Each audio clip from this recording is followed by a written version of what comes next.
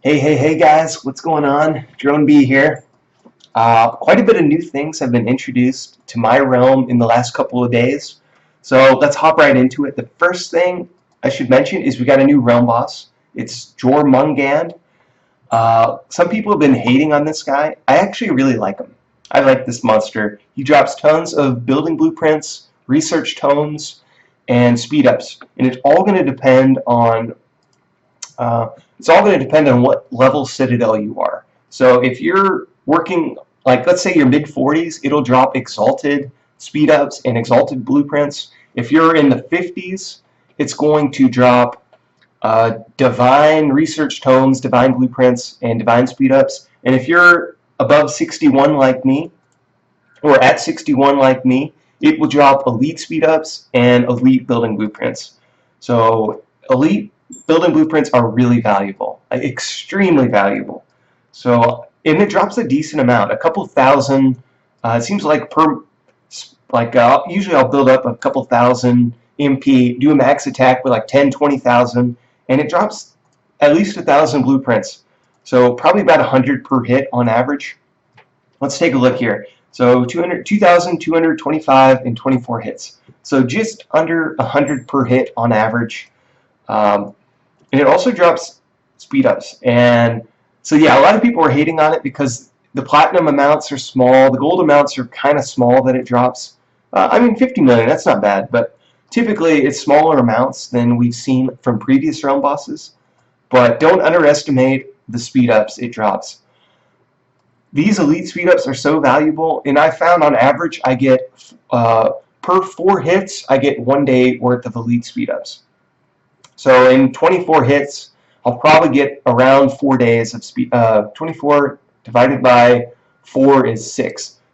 Yeah, so I get around 6 days of speed ups in 24 hits. That seems to be about the average. We could, it's not even worth going over, but I figured it was around that. So let's look at how much elite speed ups cost. Look at this, guys. So elite speed ups, yeah, a day per 4 hits sounds pretty pathetic until you see how much platinum it takes per. Look at 8 hours, 71,920,000 platinum. So if you're getting at least 6 hours per hit, that's over 50 million platinum. That's not bad. That's in line with what we've seen in previous realm bosses. So I'm not hating on it at all. It's not a bad one to, I've seen the pack, like the quad pack. Actually, I think it was more than quad. I think it was a 6-time pack that I was seeing for this boss.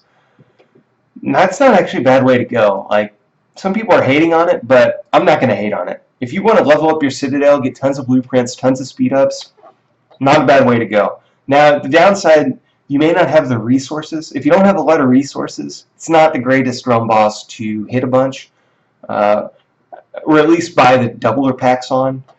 It all depends. It all depends on where you're at, guys. Leveling up, getting the next tier troop is always extremely important. So, if you're sitting at T5 and you want to try to get to T7, it's gonna help out quite a bit. It's not a bad realm boss to go for. Yeah, not bad at all. Not bad at all. So, what else is going on, guys? It's been kind of a pretty action-packed few days, to be honest. We had, in our realm, we have the power-up monster. So we can now power up our monsters. So we'll get into that in conjunction with that. So I know this hit the older realms a while ago. So you probably know more about this than I do, but I'll show you guys what I've figured out anyway. So we have these new monsters, these shifting monsters. So we've got the Flan level 1. We've got the Yojimbo level 2. The level 3 is the Tonberry. And the level 4 is the Cactuar. Cactuar, however you pronounce that, guys. We got that. We've got the Carla boss, and there's a level 5 and a level 7 one too. And each one will drop different, what are they called? Monster fragment. Well, they'll all drop monster fragments, but they will drop different, and they'll all drop monster food, which is what you need to power up the monsters. But they also will drop specific hatching stones for the different monsters. So if you need, for instance, if you need like Chocobo hatching stones, you'll hit the level 1. and you'll have to figure it out. I don't know exactly which ones drop what, but if you need a particular hatching stone, you'll have to find out which monster to hit because it will vary. Each one, they drop different hatching stones, is what I'm trying to say. So yeah, so let's dive into this monster power-up. So to power up your monsters, you're going to need the monster farm, obviously, and you're going to need to hatch monsters, obviously. But once you have these monsters hatched, you'll hit the level up and you'll need the monster food. So each monster costs a different amount to power up. One thing I would highly, highly, highly recommend is to save up your monster food. So decide which monster you want to power up and save up your food, but don't use your food on that monster until you know for certain you're going to power up him and you have enough food to do it. So I made the mistake of just opening up a ton of food on my brilliant Carla boss, and he's brilliant and all, but the problem is I didn't realize once you open up the food, you can't get it back. It's stuck to that monster. It's kind of like when you equip XP on a hero, it's stuck on that hero. So yeah, let's say you want to power it up, you hit the plus symbol, and here's all my food that I've saved up. So to get food, there's two ways that I've seen. There's hatching eggs, which is a great way to get monster food. If you hatch an egg that you already have hatched, if you hatch a monster that you've already hatched, you'll get tons of monster food and hatching stones. So it's a great way. That's where I got most of my monster food, was from hatching eggs. So yeah, hatch your eggs, guys. Try to get eggs. Hit the shifting monsters to get the monster food. You get some eggs every once in a while, and you get hatching stones. So yeah, save up your monster food, and I would wait until you know you can hit that next level to open up your food, because once you open up that food like this, it's stuck on that monster. There's no getting that 1,000 to a different monster. So yeah, I made the mistake of opening up a ton. I should have waited, because there's a chance you'll hatch a better monster in the next couple weeks before you get enough points to hit that next level. Yeah, so I feel bad I opened up all that, because I might hatch a legendary Carla boss in the next month and then just feel sick that I used all that food on him and not on the better monster. So yeah, in terms of what monsters to power up, probably my favorite one that I've seen, and I was looking through trying to compare the cost, like trying to compare the cost to power up to the buffs you get. And probably my favorite one is the Trenets. Trenets, is that how you pronounce it? I think so. These seem to be pretty effective. You get quite a bit of HP, and HP is going to be effective everywhere, right? You're going to use the HP for attacking other people. You could use this monster. You could use it for attacking the crystal. It's going to be good there. It's going to be good really in all situations that you can use a monster. HP is good. So I like these Trenets. It's only 22 million to get hundreds of HP. That's about as good as I've seen anywhere else. You could go attack. The Chocobo is not bad. You get attack on the Chocobo, but I mean 14 million. It's roughly equivalent. I didn't actually do the calculation, but that seems to be pretty equivalent. So you could go that. The Marlboro guys. Are we smoking now? These guys are okay, but notice it's slightly more. It is slightly more monster food for just a little bit more HP. So I think the Trenet's probably better than the Marlboro. Just my guess. It might be the same. I didn't actually do the numbers for it. Yojimbo's kind of cool. It'd be nice to have those buffs. Those are big buffs. But again, a lot of these take a lot of monster food. 340 million monster food? That's not cheap. Not cheap at all. Another thing to note is so pay attention to your stars here, because your stars actually they cost more monster food to power up, but you get better buffs when you power them up. So it's certainly worth powering up the higher level ones. If you have any higher level monsters, those are the ones that'll get the most benefit when you power them up. I mean, you could just power up some of these weaker ones, and it'll take less monster food, but I'm willing to bet that over time these guys are going to have if you get them to the max level, which I don't know what the max level is yet, but if you get it to the max level, it's going to be a lot higher for the 3 stars than it is for the 1 stars. So I would definitely focus on the higher stars. There's all the way up to 4. 4 star I think is the highest. That is the legendary monsters. So, you know, if you can power up the legendary monsters, it's expensive, but it's gonna be good. It's gonna be good, guys, for sure. I probably wouldn't go in the Ronin though. Ronin's kind of, yeah, that's not very much armor piercing for how much monster food. I would really go through your list, try to power up the ones that you think are going to be the most valuable to you. This one's not bad. You get troop attack, you get attack resistance, not too much monster food. That's a 2 star. Let's see, what else we got? Another good one. Now it's pretty costly, the dual horns. I like the dual horns because you get tons of cavalry attack. Dual horns are nice. The mind flayers are cool. Cripple enemy mage HP, you know? Heck yeah. Actually, ooh, that's not very much bonus for 57. Yeah, I would go through it, guys. I'd really think for yourself on this. I haven't done too much research. I just know I like the HP guys. Mid swarms. Now this is kind of cool because you get the armor shredding and the city assault. That's a good combo, right? That armor shredding is the same skill that Prompto has. You could go that way. That's not too bad. Quetzalcoatl, that is also cavalry attack. So, not bad. I'll probably focus on the Carla boss personally because I have quite a bit of troop HP. And with the Carla boss, you get troop attack per armor and you get armor. So, yeah. And I noticed if you can get this one, it's a lot of monster food. But if you get it, that's over 3,000 bonus armor plus over 1,000 bonus attack. So, you know, I'll probably focus on this guy. I'll wait to use any more food on him until I get another 710 million. That's my take. Personally, guys, that's how I'm going to do it. I'm going to wait to have all the food I need before I open it on the monster. Yeah.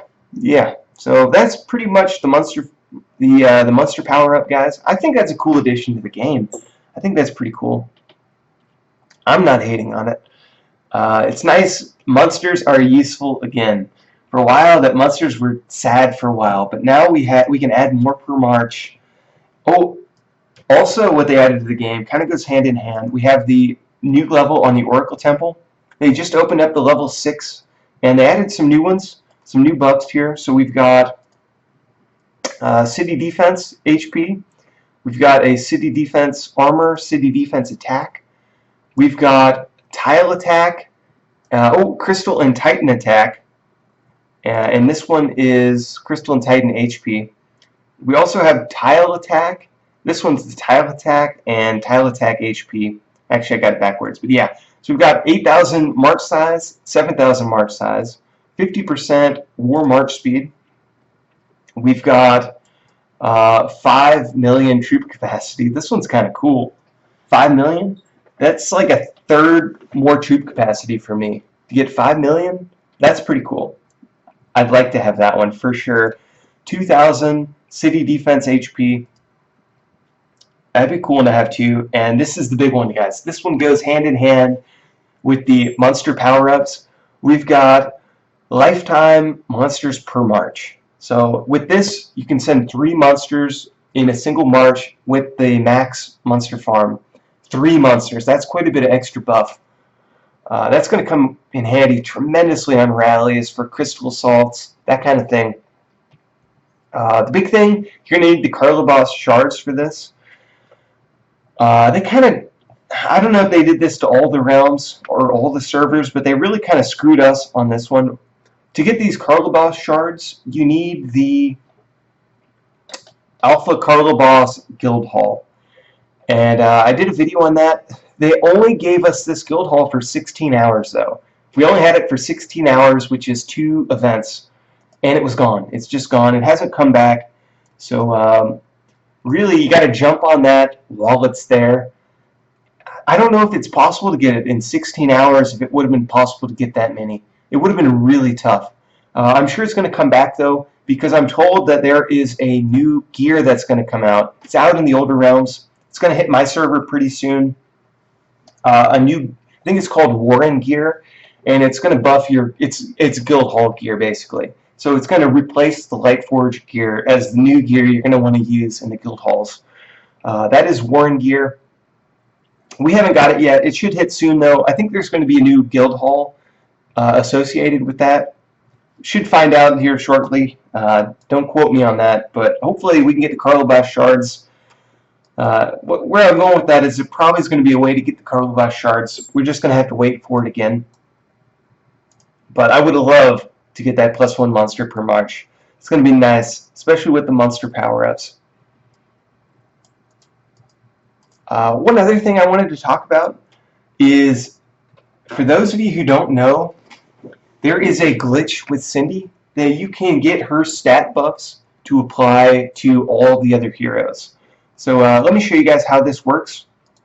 So if you look at her skill tree, she's got these gear stat buffing skills. She's got the footwear march speed bonus skill. So this buffs footwear gear, their march speed. So if you have, so for instance, if you have boots on Cindy that buff march speed, this will buff that. She's got the helmet armor bonus, so any helmet on the headpiece with Cindy. Accessory stat bonus, and the body armor HP bonus.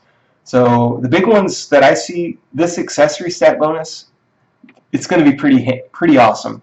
So there's a trick, guys, that you can get those skills to apply to all your heroes, regardless of what hero is active.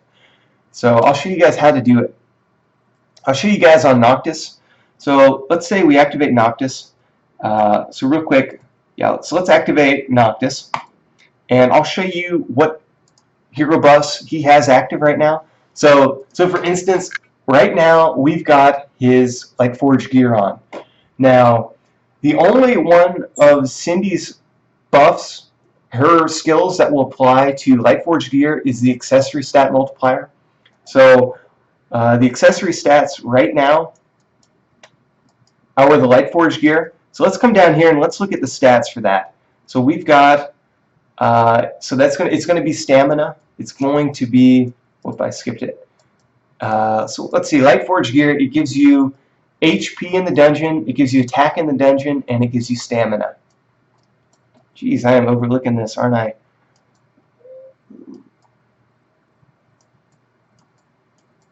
There are way too many buffs, guys. Way too many buffs. So we need to find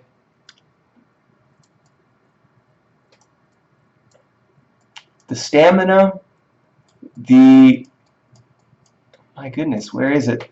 The dungeon HP, dungeon attack, and stamina. Okay, here it is. Jesus. Okay, so dungeon health bonus.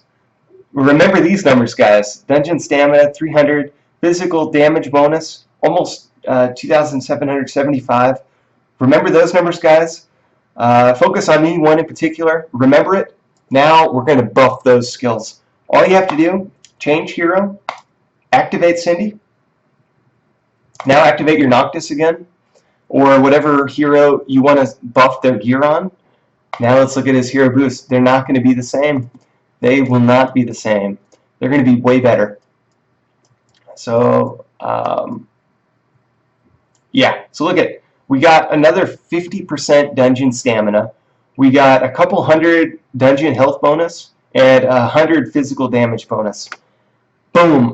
Then that's the Cindy glitch, guys. All you have to do is activate Cindy, then activate the hero you want her stat buff skills to apply to, and they apply to that hero. Just like that. So actually, that's why it's actually not best to attack with Cindy. It's going to be better to attack with some of your other heroes because you can get her buffs to apply to any of the other heroes. Just like that. So if you want, so that's where those points came, is from these 3 accessories. Now if you want to get an HP bonus on any of your other heroes, you could use the Magitech Alpha gear, activate Cindy, and then activate the hero with the Magitech Alpha gear. Stat bonus, HP bonus will apply right just like that. So that's a really cool trick. Another thing I've been experimenting with is Ravus has his expansion production He has his expansion production skill. Now I think there's some funny business going on with this skill, because it doesn't seem like it always applies when I have Noctis, or when I have Ravus activated. It doesn't seem like it produces it quicker until I collect the expansions. So for instance, I have to activate Ravus, collect the expansions, and then it seems like his buff applies to the expansions. But if I activate another hero, collect it, and then reactivate Ravus, it doesn't apply to these productions. So there's something weird going on. I think that's it, though. I think if you have Ravus activated, when you collect it, then you can activate a different hero, and it still produces at the same rate that your Ravus skill buffs it to. So my Ravus buffs these guys 400%. So right now they're working at 400%. If I were to switch heroes, they still seem to be working at 400% until I collect it. Until you collect it, then you need to make sure you have... So what I'm trying to say is you have to have Ravus activated when you collect these. Now, I could be wrong on that, but that seems to be... It seems to be the case, is if I have Ravus activated when I collect it, it doesn't matter if I switch to a different hero once it's collected. It still gives you the production bonus. And vice versa, if I collect it with a different hero and switch to Ravus, it doesn't seem to produce at Ravus's buff rate. It produces at the rate of whatever hero you collected it at. So since Ravus is the only one that buffs the expansion production, you have to collect the expansions with Ravus activated. I think. Could be wrong. I don't know, guys. This game, there's some funny business going on. It's tough to figure some of this out. But yeah, it could just be my imagination. But it doesn't seem like this is all that reliable, these numbers. It seems like, yeah, there's some funny business. There's something funny going on. I haven't quite figured it out 100%, but yeah, there's something weird. So even though it says like it's more here, it seems to be producing at the same rate, regardless of, you know, which hero I have active right now. Like, we could probably even do the numbers, but what's it going up by 17 each time? Give or take 16, 17, 15 to 17. Now, look, if we switch heroes, let's see if it still does that, but I'm pretty sure it's the same. Pretty sure it looks like it's going up at the same rate. 16, 17, 17, 16, you know, 13 that time, 17, right? I mean, that's the same rate, even though it should be many times less. There's something weird going on, so I think that's what it is. I think as long as you collect it with Ravus, it stays on that production. Because it definitely didn't drop when I switched to Cindy right now, did it? It's the same rate that it was going at with Ravus. So, I don't know, guys. I'm pretty sure that's it, though. I'm pretty sure just collect it with Ravus, and you can use any hero once it's collected. And then next time I'm going to collect it, I'll just activate Ravus, collect it, and then switch to whatever hero I want to use. That's what I'm thinking it is. So that's the Cindy trick. That's the Ravus trick. It's important to figure these things out, guys, because they're going to come in handy for sure. What else is going on? It's been kind of a fun day. Last night we did some crystal battles. I can show you guys the results of my crystal battles. I think I learned some kind of important things. The big ones. Oh, interesting. A defeat. Oh, I sent a march at him. Wow, that's kind of surprising. 674 troops. Oh, his Azrael. So the Azrael, Shiva does attack your troops. That's kind of cool. So I was defeated by nothing but Shiva here. Yeah, so let's, real quick, let me show you guys. So here are the crystal battles. Now, it was pretty much just some tests. We did these for fun. Yeah, so we captured the crystal. And I think this was so we captured the crystal, and then this was the first battle against a guy while holding the crystal. So we wanted to test out to see how good lightning troops do and ice troops do in the crystal battles, if their buffs actually work. Because as you know, ice troops supposedly get an attack buff when attacking the crystal, and lightning supposedly get attack buff while in the crystal. So we tested it out. I put some lightning troops in here. Let's see, I think we did.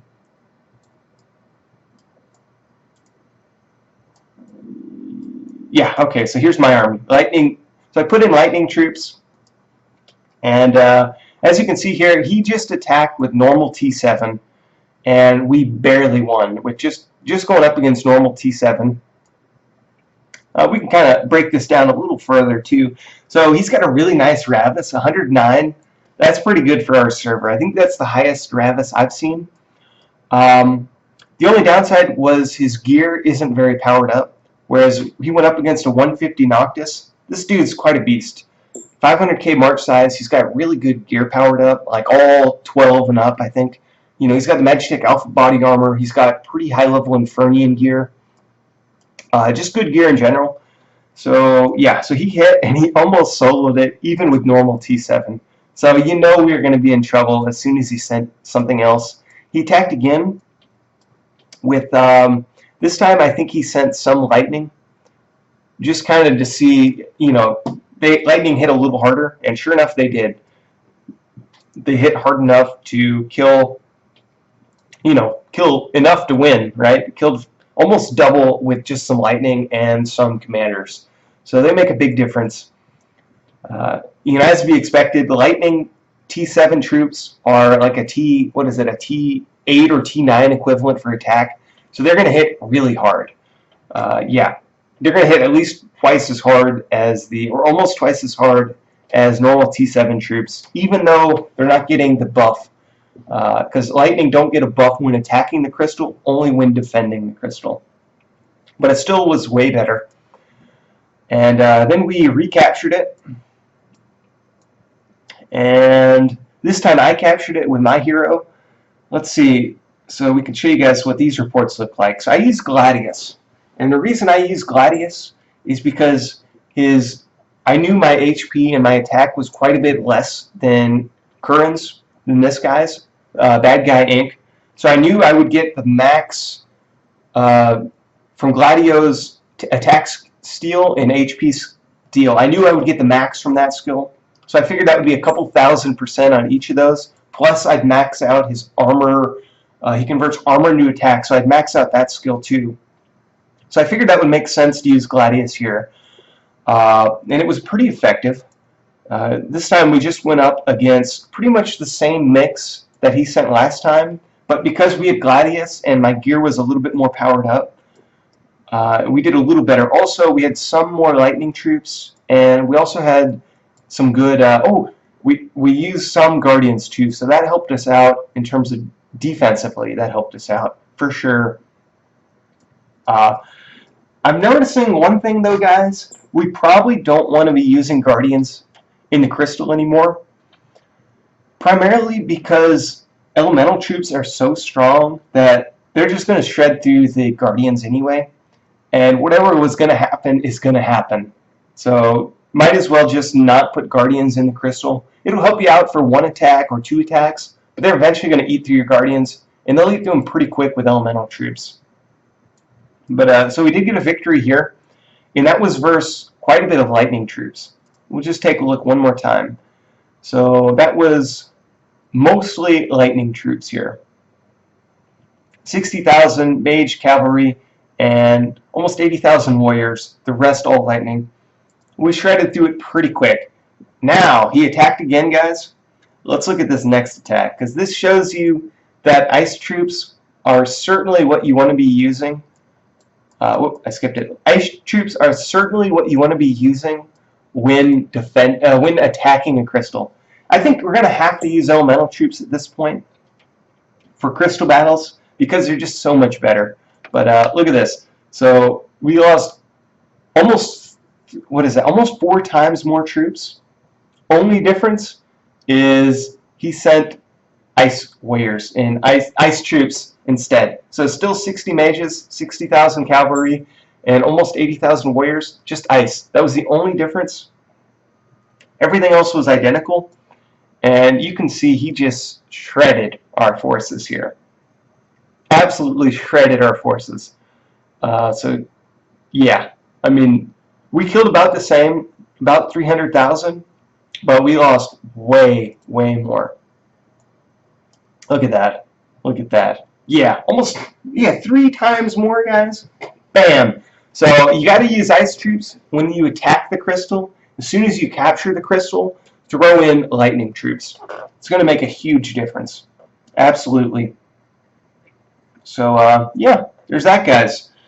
What else is going on? Oh, in the older realms, Ravus through level 200 is open. You're going to need mythic Ravus metals. Like, it's a new type of Ravus metal. So, or, why did I?